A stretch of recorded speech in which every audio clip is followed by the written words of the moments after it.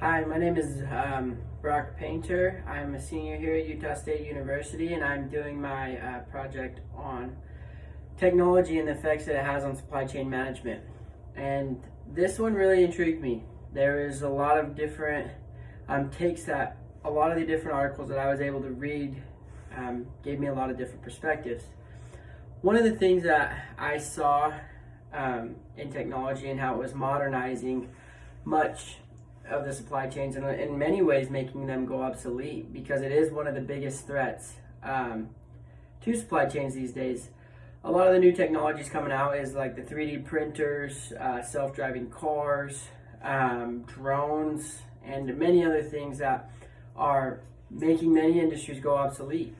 For example, 3D printers on the airline industry and building planes. If an airline industry is able to buy a 3D printer and a plane needs a part, they wouldn't need to buy extra in bulk and they wouldn't need to have storing units. They would just be able to buy what they need and then they can build it as needed. And so a 3D printer would make all that possible, which is basically streamline all of their supply chain processes and make a lot of those companies go obsolete.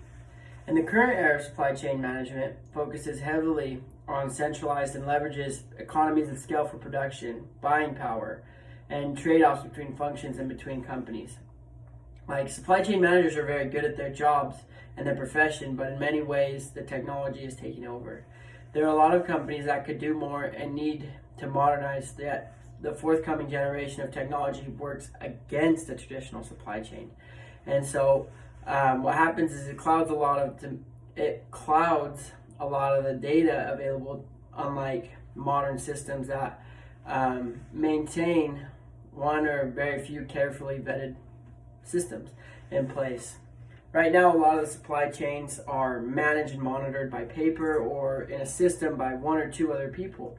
What technology could do is make it so none of them need to exist, and it can make it faster, more efficient, and more reliable.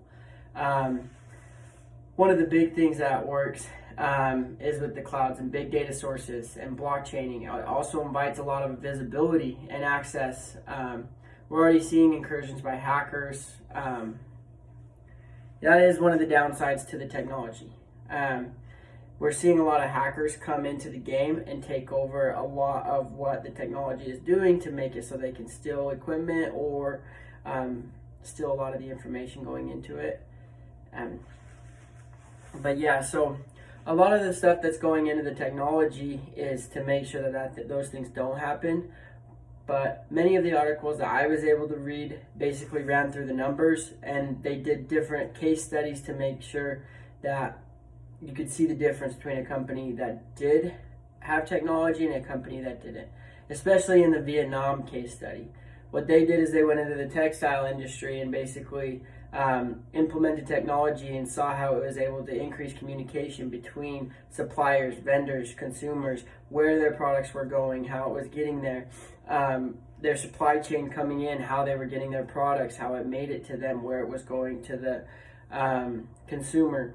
And so it basically made all of that quicker, gave them more open communication, and made their processes a whole lot better. In many ways, technology has been very beneficial in a lot of the industry, and in the future, I think we'll see a lot of improvement with that technology.